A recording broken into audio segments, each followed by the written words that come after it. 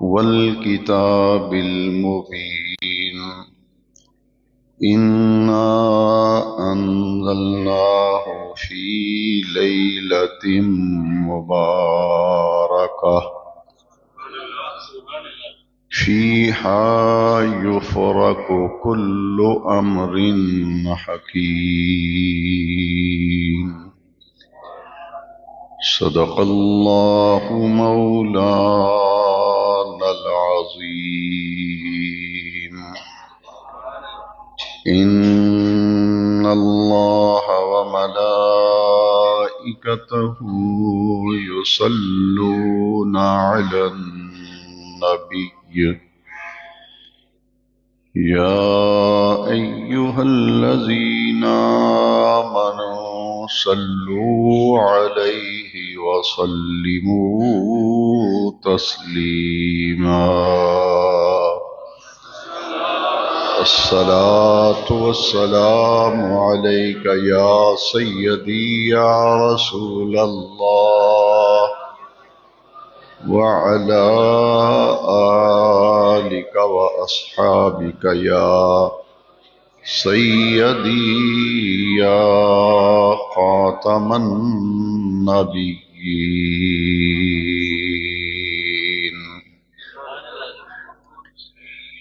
اللہ رب العزت کے فضل و کرم اور لطف و احسان سے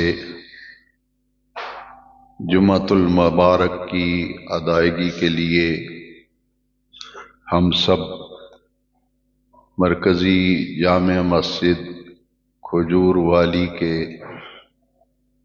پر نور پر کیف ماحول میں جمع ہیں۔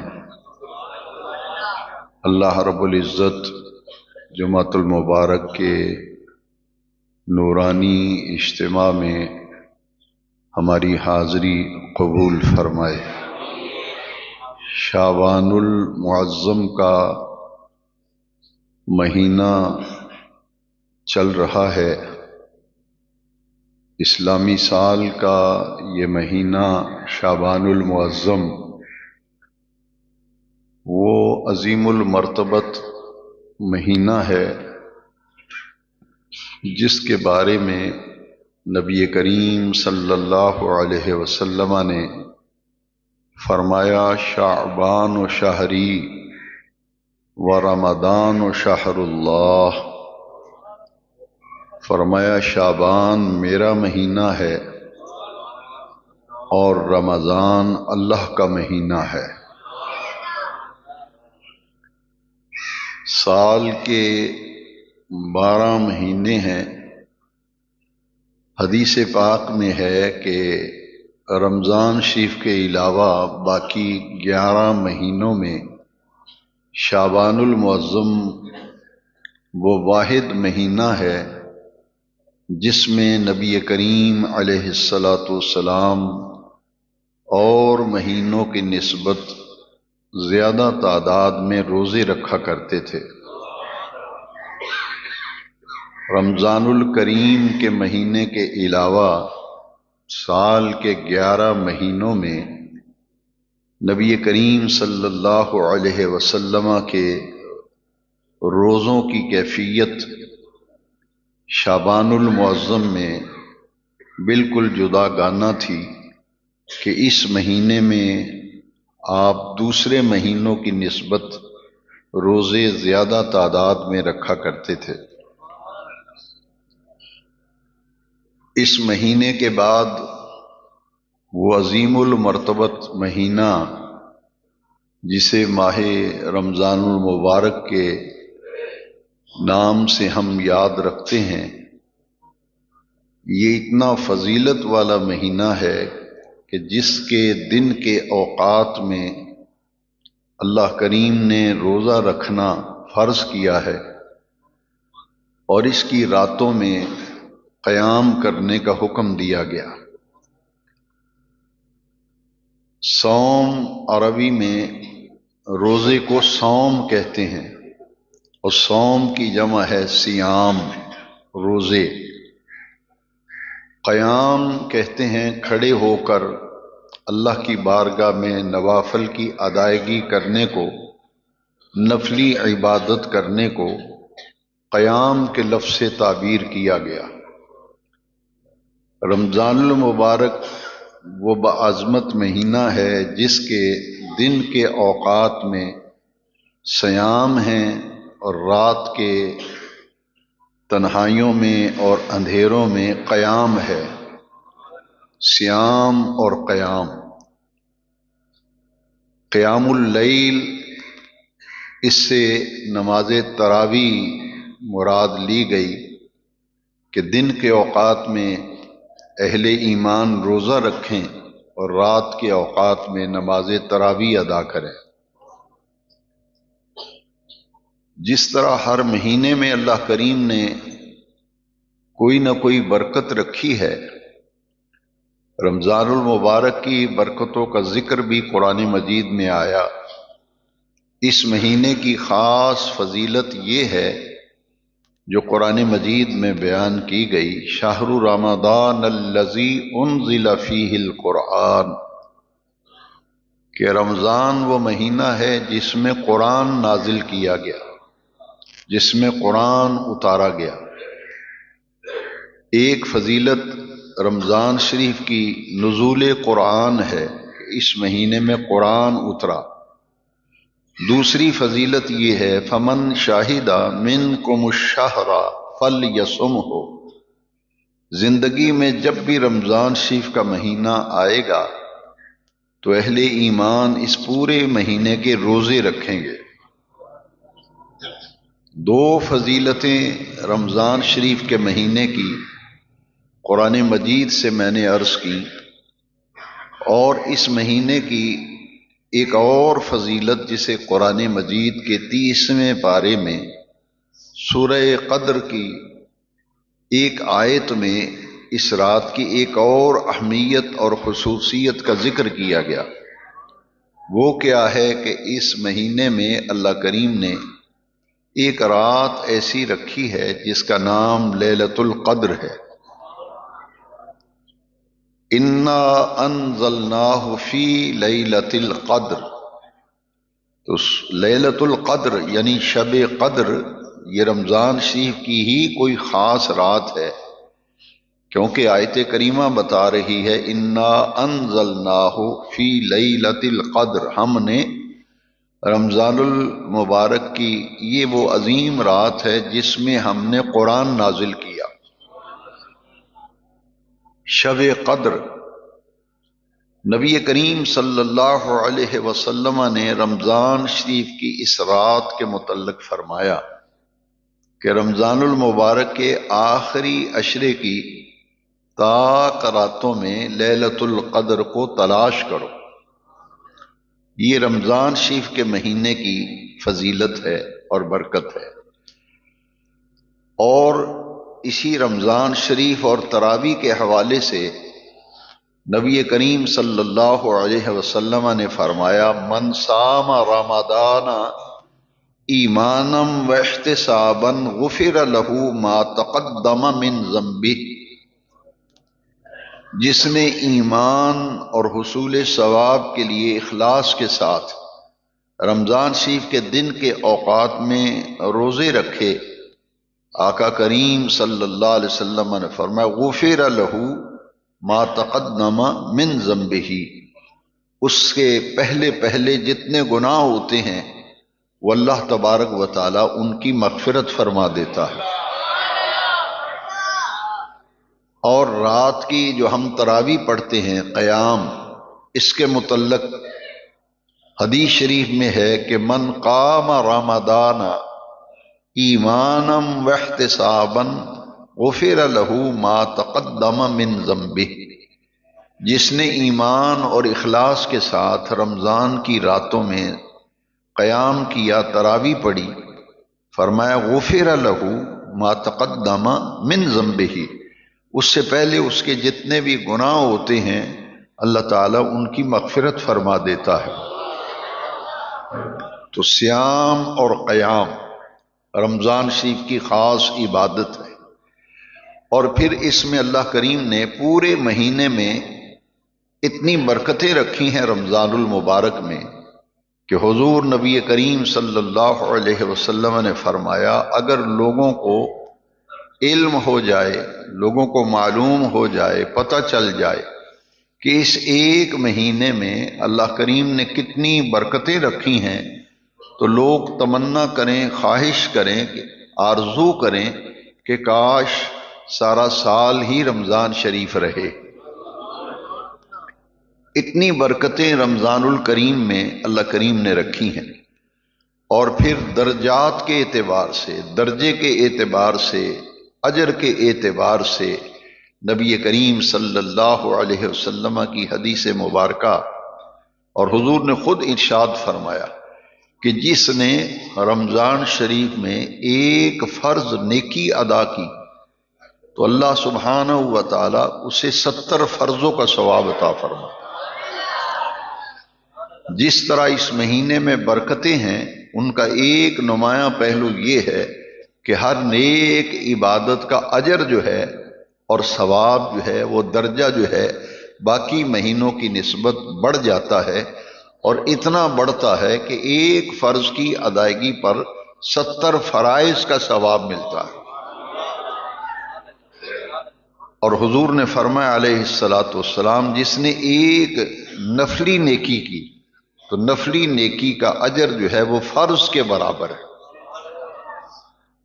نفلی نیکی کریں گے رمضان الکریم کے مہینے میں تو آپ کو پورے فرض کا ثواب ملے گا۔ ایک فرض ادا کریں گے 70 فرضوں کا ثواب ملے گا۔ تو یہ مہینہ از اول تا آخر سارا مہینہ ہی خیر اور برکت کا مہینہ ہے۔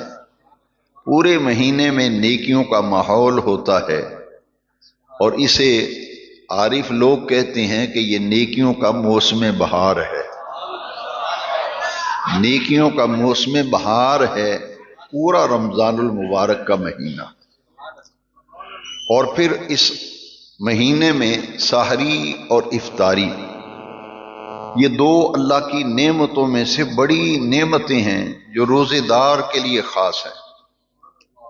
پورا سال انسان طرح طرح کے کھانے کھاتا ہے، طرح طرح کے ناشتے کرتا ہے، یہ دوپہر کا کھانا، یہ شام کا کھانا، مگر وہ وقت جو گہری نیند کا وقت ہے، جسے وقت سحر کہتے ہیں، اس وقت مسلمان کے گھر میں رونق ہوتی ہے، بہار ہوتی ہے، نماز پڑھی جا رہی ہے، گھر میں قرآن کی تلاوت ہو رہی ہے، سحری کا اہتمام کیا جا رہا ہے، چونکہ یہ وقت جو ہے اللہ کو بڑا ہی محبوب ہے۔ عربی کے اندر کہتے ہیں الصبح نور، الصبح نور، صبح صادق جو ہے یہ نورانیت کا وقت ہے، یہ روحانیت کا وقت ہے۔ اس وقت میں جو عبادت کی جاتی ہے، جو ذکر کیا جاتا ہے، اس کا درجہ دوسرے اوقات میں عبادت کرنے سے بالکل جداگانہ اور منفرد ہے۔ اسی طرح سال بھر کھانے کھانے، طرح طرح کی دعوتیں اڑانے میں وہ کیف، وہ لذت، وہ سرور انسان کو میسر نہیں آتا جو لطف اور جو سرور سحری میں اللہ کریم نے رکھا ہے اور جو افطاری میں رکھا ہے۔ یہ دونوں اوقات ہی بڑی برکت والے ہیں کہ نبی کریم صلی اللہ علیہ وسلم نے فرمایا تسحروا، سحری ضرور کیا کرو، سحری کا کھانا ضرور کھایا کرو۔ فإن فی السحور برکتن، کہ رب ذوالجلال نے سحری کے وقت میں بھی برکت رکھی ہے اور سحری کے کھانے میں بھی اللہ کریم نے برکت رکھی ہے۔ عمومی طور پر ہم ان دونوں اوقات کو ضائع کر دیتے ہیں، جبکہ یہ دونوں وقت بڑے قیمتی ہیں، سحری کا وقت اور افطاری کا وقت۔ افطاری کا سامان لگاتے ہوئے، جمع کرتے ہوئے یہ وقت ہم ضائع کر دیتے ہیں، حالانکہ یہ وقت اتنا قیمتی ہے، اتنا گراں مایہ ہے کہ حضور نبی نور و رحمت صلی اللہ علیہ وسلم نے ارشاد فرمایا الدعاء مستجاب عند فطرہ، کہ افطاری کے وقت جو دعا کی جاتی ہے وہ اللہ کریم کی بارگاہ میں قبول ہوتی ہے۔ اور پھر روزے دار کے لیے افطاری کا وقت اتنا قیمتی ہے، اتنا گراں قدر ہے کہ نبی کریم علیہ السلام نے فرمایا للصائم فرحتان، روزے دار کے لیے اللہ کریم نے دو خوشیاں رکھی ہیں، دو راحتیں رکھی ہیں روزے دار کے لیے۔ للصائم فرحتان، فرحۃ عند فطرہ وفرحۃ عند لقاء ربہ، ایک راحت، ایک فرحت اس کو افطاری کے وقت حاصل ہوتی ہے، اور دوسری راحت اور فرحت اس وقت حاصل ہوگی جب جنت میں روزے دار کو اللہ کا دیدار ہوگا۔ یہ روزے دار کے لیے خاص ہے۔ بلکہ روزے دار، روزہ ایک ایسی عبادت ہے کہ ہر عبادت پر جنت کا وعدہ ہے، ہر عبادت پر، لیکن روزہ ایک ایسی عبادت ہے جس کی بدولت اللہ تبارک و تعالی خود اپنا دیدار عطا کرتا ہے۔ شہداء کو بھی حدیث شریف میں ہے کہ شہید ہونے والوں کو بھی جنت میں اللہ کا دیدار نہیں ہوگا، اس لیے کہ شہید کو شہادت کے وقت اللہ کا دیدار ہوتا ہے۔ وہ بوقت شہادت خون کا پہلا قطرہ شہید کا جب زمین پر گرتا ہے تو عین اسی لمحے اللہ کریم اسے اپنا دیدار عطا کرتا ہے۔ شہید جنت میں جائے گا تو اس کو اللہ کا دیدار نہیں ہوگا، لیکن روزے دار ہے بغیر حجاب کے جنت میں اللہ کے دیدار سے مشرف ہوگا۔ جنت کے 8 دروازے ہیں، نبی کریم علیہ السلام نے فرمایا ان 8 دروازوں میں سے ایک دروازہ اللہ کریم نے روزے داروں کے لیے خاص کیا ہے، اور اس دروازے کا نام ہے باب الریان۔ باب الریان، ریان کا معنی ہے تر و تازگی، شگفتگی، شادابی، تر و تازگی۔ یہ وہ دروازہ ہے، حضور نے فرمایا اس میں سے داخل ہوں گے تو صرف روزے دار داخل ہوں گے، اس میں سے روزے داروں کو داخل کیا جائے گا جنت میں۔ تو روزے داروں کے لیے بہت سے انعامات میں سے سحری اور افطاری 2 بڑے انعامات ہیں۔ ان اوقات میں دعا بھی قبول ہوتی ہے، اور جو افطاری کے وقت میں راحت اور فرحت ملتی ہے اس کا اظہار اس حدیث کی شرح میں محدثین نے بتایا کہ سال بھر طرح طرح کے قیمتی سے قیمتی کھانے میں وہ سرور، وہ لذت حاصل نہیں ہوتی جو افطاری کے وقت پہلا لقمہ کھجور کا ایک دانہ اٹھا کر جب آپ کھجور سے روزہ افطار کرتے ہیں تو اس کھجور کھانے میں اتنا مزہ آتا ہے، اتنی لذت، اتنی راحت اور فرحت حاصل ہوتی ہے کہ سال بھر طرح طرح کے کھانے کھانے میں وہ کیف نہیں ملتا، وہ لذت نہیں ملتی جو اللہ کریم نے سحری کے پہلے لقمے میں اور افطاری کے پہلے لقمے میں رکھی۔ یہ باعظمت مہینہ ہے، اور جیسا کہ ابتدا میں حدیث پاک سنا چکا ہوں، نبی کریم علیہ السلام نے فرمایا شعبان و شہری، شعبان میرا مہینہ ہے، ورمضان و شہر اللہ، اور رمضان اللہ کا مہینہ ہے۔ یعنی اس مہینے میں، شعبان کے مہینے میں، اللہ کے اس مہینے رمضان کے لیے تیاری کرو۔ یہ رمضان المبارک کی عبادتوں کے لیے، رمضان شریف کی برکتیں اپنے دامن میں سمیٹنے کے لیے ایک مہینہ شعبان المعظم یہ تیاری کا مہینہ ہے کہ اس مہینے کی تیاری کرو جو اللہ کا مہمان ہے اور سال کے بعد تمہارے درمیان جلوہ گر ہوتا۔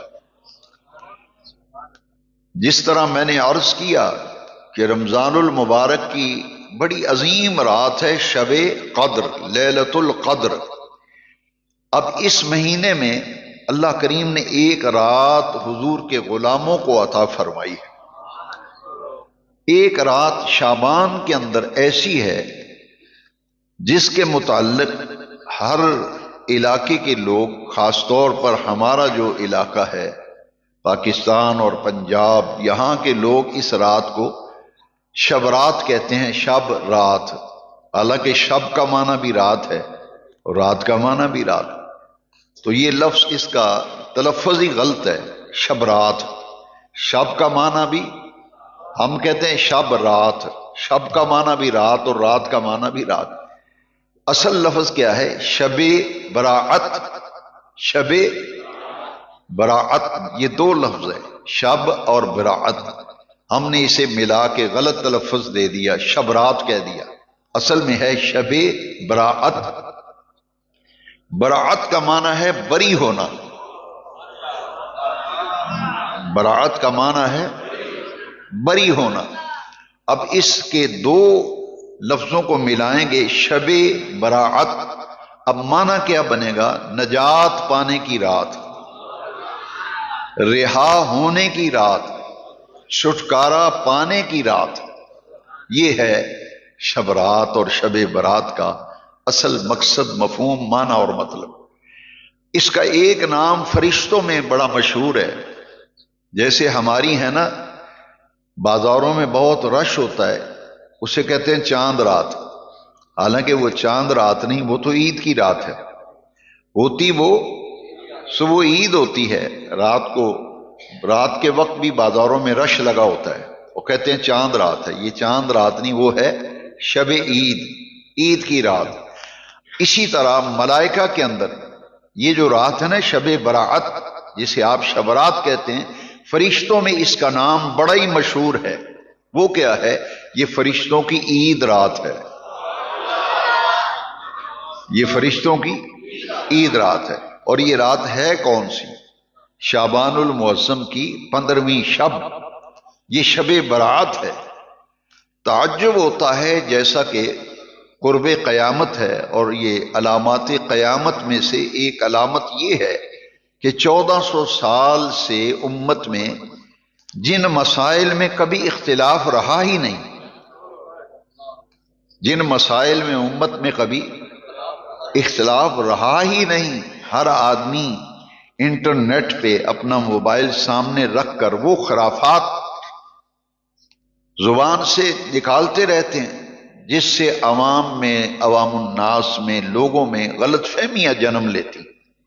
بڑے زور و شور سے لوگ کلپ چڑھاتے ہیں، اس رات کی کوئی فضیلت نہیں، شب برات کی کوئی اہمیت نہیں، اس رات کا کہیں ثبوت ہی نہیں ہے، اس طرح کی باتیں لوگ کرتے ہیں۔ اس لیے میں چاہوں گا کہ آج کے خطاب جمعہ میں یہ بات اچھی طرح سے سمجھ لیں، جسے آپ شب برات کہتے ہیں، شب رات کہتے ہیں، حدیث میں اس کا نام کیا ہے؟ حدیث میں اس کا نام ہے لیلۃ النصف من شعبان، لیلۃ النصف من شعبان، یعنی نصف شعبان کی رات۔ پورا مہینہ شب برات، آدھا مہینہ اس طرف کر لیں، آدھا مہینہ اس طرف کر لیں، تو جو درمیان والی رات ہے وہ کون سی رات ہے؟ شعبان المعظم کی 15ویں رات۔ راتیں گنتے جائیں، شعبان کی پہلی رات، دوسری رات، تیسری رات، چوتھی، یہ جو 15ویں رات آئے گی، 15ویں شب آئے گی، حدیث شریف میں اس کا نام ہے لیلۃ النصف من شعبان۔ اس پر ایک بڑی زوردار بات میں کہنا چاہتا ہوں۔ نماز جمعہ کے بعد آپ کو وہ بروشر مل جائے گا، جس میں میں نے چھاپ بھی دیا ہے، آرٹ پیپر پہ 4 کلر میں، 4 کلر میں میں نے وہ حدیث پاک بھی، اس کے تمام ریفرنس کہ کس کس حدیث کی کتاب کے کس کس جلد میں کس کس صفحے پر یہ حدیث ہے، وہ حدیث کا متن بھی آپ کو نماز جمعہ کے بعد وہ پرچہ چھپا ہوا مل جائے گا۔ میں آپ سے یہ درخواست کروں گا کہ ایسی چیزیں ہمیشہ محفوظ کرنے والی ہیں۔ کئی لوگ اگر لیتے ہیں پرچہ تو مسجد کی الماری میں ہی رکھ کے چلے جاتے ہیں، جاتی دفعہ غلے پہ رکھ کے چلے جائیں گے، کہ انہیں اس چیز کی قیمت کی قدر ہی نہیں کہ یہ کتنی چیز قیمتی مجھے ملی ہے، مفت میں ملی ہے، اور میں اسے مسجد میں ہی پھینک کے جا رہا ہوں۔ یہ وہ پیپر ہے جو جمعے کے بعد آپ کو تقسیم کیا جائے گا، یہ پوری زندگی آپ کے کام آئے گا، اور صرف آپ کو کام نہیں آئے گا۔ جس طرح مکان کی رجسٹریاں سنبھال کے رکھتے ہیں، دکان کی رجسٹریاں سنبھال کے رکھتے ہیں، یہ جو علمی موتی ہوتے ہیں یہ نسل در نسل منتقل ہوتے ہیں۔ یہ نسل در نسل آپ پڑھیں گے، آپ کے بعد آپ کی اولاد پڑھے گی، ان کے بعد ان کی اولاد، اگر آپ نے اسے سیو کر لیا، محفوظ کر لیا۔ غور سے سنیے، جو لوگ یہ کہتے ہیں کہ شب رات کی عبادت کا کوئی ثبوت نہیں، اس رات کوئی نفل نہیں پڑھنے چاہیے، اس رات کی کہیں ذکر اذکار ہی نہیں ہے، تو مجھے تعجب ہوتا ہے ایسے کلپ جب لوگ سناتے ہیں، سوال کرتے ہیں۔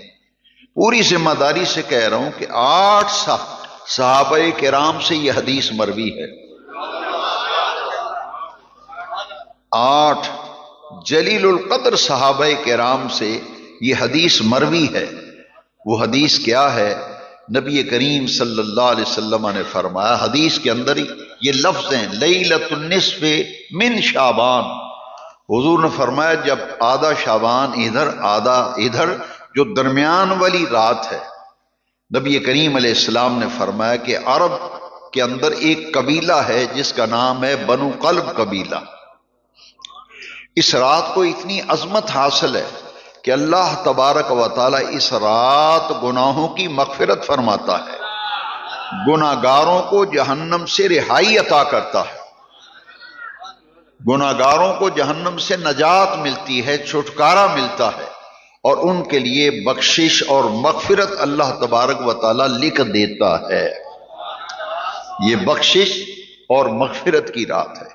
یہ حدیث پاک 8 صحابہ کرام سے مروی ہے، اور کس کس حدیث کی کتاب میں یہ حدیث ہے وہ ریفرنس آپ کو جمعے کے بعد پیپر ملے گا، اس کی تفصیل آپ وہاں دیکھ لیں، حدیث کا نمبر بھی، حدیث کی کتاب کا نام، اس کی جلد، اس کا صفحہ، سب چیزیں آپ کو مل جائیں۔ اور اس کے بالکل نیچے آپ دیکھیں گے کہ اہل حدیث مکتبہ فکر کے ایک بہت بڑا نام ہے ناصر الدین البانی۔ یہ عربی النسل ناصر الدین البانی نے اس حدیث کے بارے میں لکھا ہے کہ جو لوگ کہتے ہیں کہ شب برات کے بارے میں کوئی ثبوت نہیں، کوئی حدیث نہیں، کوئی فضیلت نہیں، کوئی عبادت کا ذکر اذکار نہیں، انہوں نے بات کرنے میں جلدی کی ہے، انہوں نے بات کرنے میں اور تحقیق کا حق ادا نہیں کیا۔ تحقیق کا حق ادا، اس نے کہا کہ میں نے تحقیق کی ہے، یہ حدیث درجے کے اعتبار سے حدیث صحیح ہے، درجے کے اعتبار سے حدیث صحیح ہے۔ یہ ناصر الدین البانی، شیخ ناصر الدین البانی نے اپنی کتاب سلسلۃ الاحادیث صحیحہ میں اس حدیث کو نقل کیا۔ یہ اس رات کی فضیلت پر دلیل ہے بہت بڑی جو حضور کی حدیث شریف ہے۔ اس رات کے حوالے سے دوسری بات جو سمجھنے والی ہے وہ یہ ہے کہ ابن ماجہ شریف میں یہ حدیث شریف ہے۔ اس رات کے فضائل میں آپ کو بہت سی البدایہ والنہایہ میں پورا ایک چیپٹر اور باب ہے جس میں بہت زیادہ حدیثیں جو ہیں اس رات کی فضیلت میں مروی ہیں۔ جمعے میں چونکہ وقت ختم جو کم ہوتا ہے، اس میں افہام و تفہیم کے لیے چند حوالہ جات پر اکتفا کیا جاتا ہے۔ ایک تو یہ بہت بڑی دلیل ہے جو میں نے ابھی عرض کر دی اور جمعے کے بعد آپ پیپر پہ دیکھ لیں گے۔ دوسری دلیل بڑے غور سے سننے والی ہے کہ حضرت سیدنا علی المرتضیٰ کرم اللہ تعالی وجہ الکریم حدیث شریف کے راوی ہیں کہ حضور نبی کریم علیہ السلام نے فرمایا کہ جب شعبان المعظم کی 15ویں رات آئے تو حضور نے فرمایا قوموا لیلہا وصوموا نہارہا، رات کو قیام کیا کرو اور دن کو روزہ رکھا کرو۔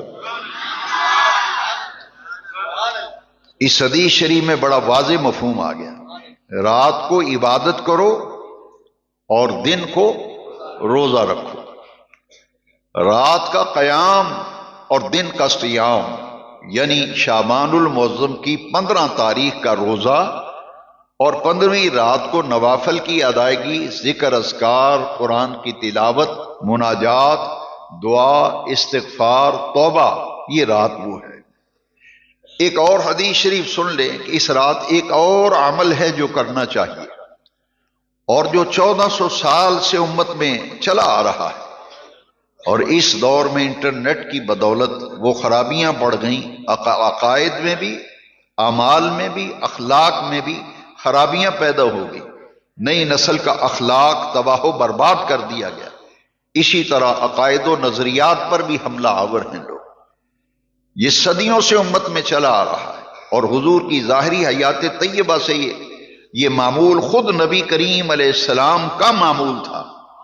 وہ معمول کیا ہے؟ اس رات میں نے عرض کیا کہ رات کو نفل پڑھنا، عبادت کرنا، اور دن کو روزہ رکھنا. ایک عمل بہت خاص ہے جو شب برات یعنی شعبان کی 15ویں رات کے ساتھ، وہ ہے قبرستان میں جانا.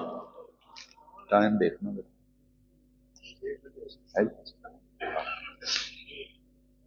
اس رات کا یہ عمل کہ قبرستان میں جانا، کہ حضور نبی کریم صلی اللہ علیہ وسلم کی سنت ہے کہ ہم اپنے اپنے علاقے میں جو قریبی قبرستان ہے، یا کم از کم ایسا قبرستان جہاں پہنچنا ممکن ہو، ہمارے آباء و اجداد جہاں دفن ہے، باپ دادا ماں دفن ہے، وہاں جا کر خاص طور پر اپنے والدین کی قبر پر، ورنہ پورے قبرستان میں جتنے اہل ایمان ہیں ان کے لیے دعائے مغفرت کرنا.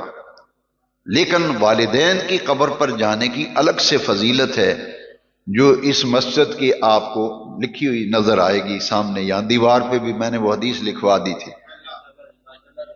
حدیث شریف میں کہ حضرت عائشہ صدیقہ رضی اللہ تعالیٰ عنہ فرماتی ہیں کہ شعبان کی 15ویں رات نبی کریم صلی اللہ علیہ وسلم کو میں نے دیکھا کہ حضور اپنے بستر مبارک سے اٹھ کر کہیں تشریف لے گئے. تو میں نبی کریم علیہ السلام کی تلاش میں نکلی کہ کافی دیر ہوئی حضور تشریف نہیں لائے، کہ آپ مسجد میں ہیں یا کہیں اور تشریف لے گئے ہیں. تو وہ فرماتی ہیں کہ میں نے دیکھا کہ نبی کریم علیہ السلام مدینہ منورہ کے قبرستان